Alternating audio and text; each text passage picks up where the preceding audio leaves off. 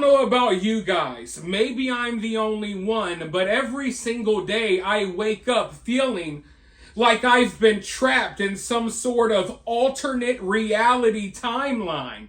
I look at the things happening around me and I say to myself, there's no way this could be really happening. I read into all of these news stories and I say to myself, this has to be fake. But more often than not, it's real.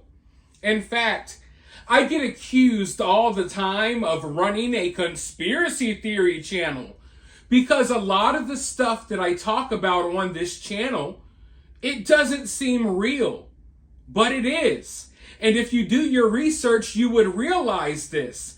But I understand why some people have a hard time believing some of the stuff that I talk about on this channel because it's so crazy, because the world has gone so crazy. And now these news stories that you used to think would be like fake news stories on the cover of like tabloids at the grocery store, now this stuff is real.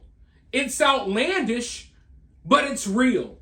Now, speaking of outlandish, I don't know what in the heck is going on in South Carolina lately.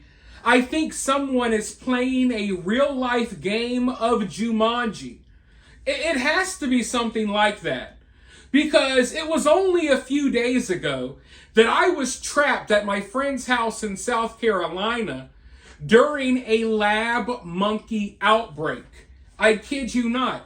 Turns out they got this weird secret bio lab in South Carolina where they're doing all of this weird testing on monkeys, and like 40-something monkeys escaped from this lab. And I had to sit there and listen to warnings on the radio warning people in the area to lock their doors and windows because lab monkeys were on the loose. Now imagine going through something like that yourself.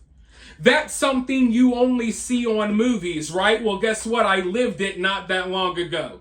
A freaking lab monkey outbreak. Now, the officials in South Carolina, they were trying to cover things up. They were trying to sugarcoat things, telling people, hey, don't approach the monkeys. They were acting like the monkeys are all cute, cool, and cuddly. But the reality is these were monkeys that were being tested on, injected with different infectious diseases, injected with experimental medications, and you name it. This type of stuff is happening in our backyards, in our community. You might not know it. You probably live next to one of these research sites. I wouldn't be surprised. They're all around America. And people were not aware of this until a few years ago. In fact, a lot of people still aren't aware about this. They still aren't aware of this. There's tons of people in South Carolina that learned that they had this research monkey lab in their neighborhood once the monkeys got loose.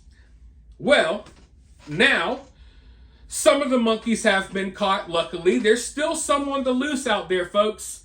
So who knows what these monkeys are doing, but now we got a different outbreak. Now there has been an outbreak of emus, folks. So we got wild monkeys from a research facility on the loose in South Carolina. And now we have emus running loose in South Carolina. Like I said, it's like a Jumanji movie. I don't know how many of you all have ever seen Jumanji. The original one is way better than the new ones. The one with Robin Williams. But anyway, it's like a board game. I don't even want to get into the details. Just go look into it. But anyway, we got all of these wild animals on the loose now in South Carolina.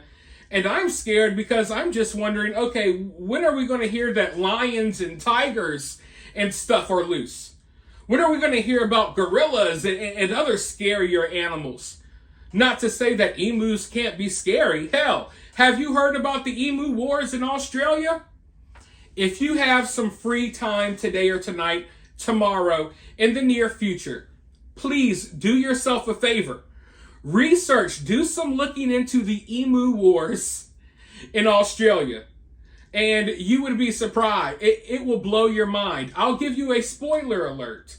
The Australian military lost to the emus. The emus won the war against the Australian military. That's how crazy this story is. But before I go any further, let's go ahead and roll this news clip. Let's learn a little bit more about this latest outbreak in South Carolina, and then I'll be right back with more.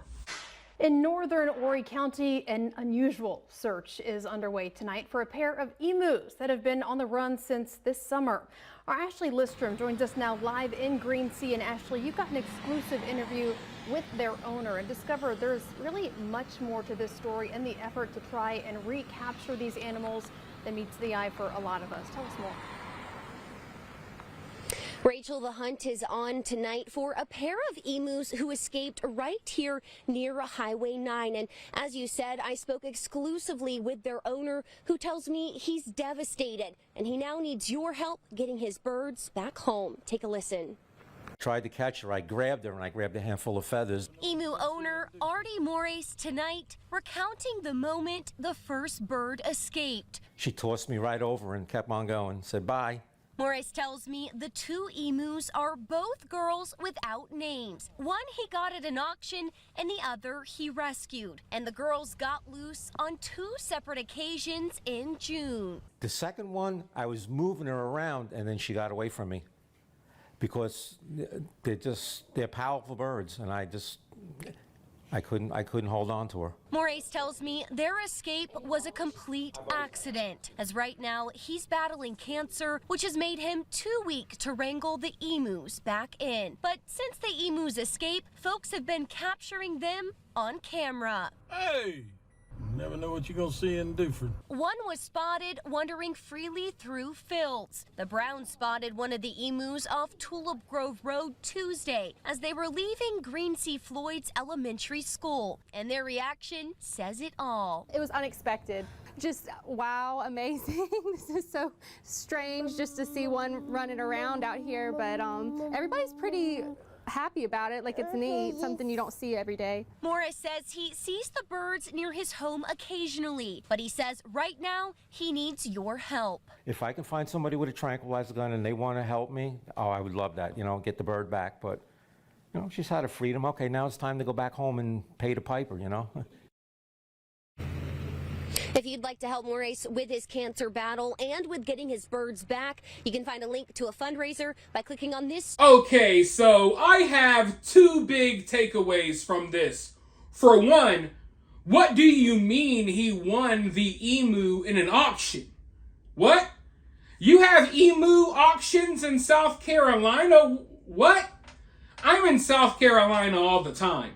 I've never heard of emu auctions. Obviously, I'm hanging around the wrong people in the wrong places. Maybe I need to gain a few more connections or something because, hell, y'all got auctions for emus? Are there penguin auctions? Can I go bid on a rare, mysterious animal? I'm not saying that emus are really rare, but to have an emu, it's not normal. And hell, I didn't know you had auctions for these type of things. But apparently that's going on. So we got emu auctions happening in South Carolina. My other takeaway from this is why. This story right here and stories like the monkeys that escaped, this is why we can never have a real life Jurassic Park. You would watch the Jurassic Park movies and you would think it would be crazy. No way in modern day that these dinosaurs would escape. Yes, they freaking would. If the emus and the monkeys can escape, the T-Rexes can as well. And it concerns me because I'm sure a lot of you know this. They're working on bringing back some of these prehistoric creatures. I wouldn't be surprised if they already have. I know they're talking about bringing back saber-toothed tigers, the woolly mammoth. So the possibility of there being a real-life Jurassic Park in the future, it's actually highly probable. As crazy as that sounds, with modern technology, they can bring these animals back. And I fully expect them to one day. And yeah, we'll probably have a real-life Jurassic Park. And if we do, one day we will see a story like this. We might not be alive to see it, but one day there will probably be like dinosaurs that get loose or something. And while on the topic of dinosaurs, emus, And birds like this, they're, you know, like direct descendants of like raptors and stuff. And emus are a very powerful creature. You might not think it, they might not look like it, but they're pretty strong. There's a reason why they took on the Australian military and won, folks, okay? So I'm not saying they're the most dangerous animal in the world, but they're not a weak animal. They're not a weak creature. They're way stronger than you think. Now, I think it's hilarious that people in this area are like picking their kids up from school and doing stuff, and the emus are kind of just grazing around. You know what I mean? You're driving to work. Oh, there's the emu that's on the loose. It's weird. It's weird. But hey, like I said, it's real life Jumanji in South Carolina right now. You got to search the trees for monkeys. You got to search the fields for emus. And now I just question, what is next? What is next? Because obviously, you know, this has kind of been normalized. People aren't even worried about the emus anymore. People are now coexisting with the escaped lab monkey experiments. So I think that people are just going to be kind of accepting of anything. So yeah, maybe one day we'll read a story about tigers or another dangerous creature that escapes and kind of just lives in the wilds of South Carolina. But for now, let me know your thoughts about this down in the comments below. While you're down there, hit that thumbs up, hit that subscribe, ring that notification bell, and I'll talk to you all in the next one.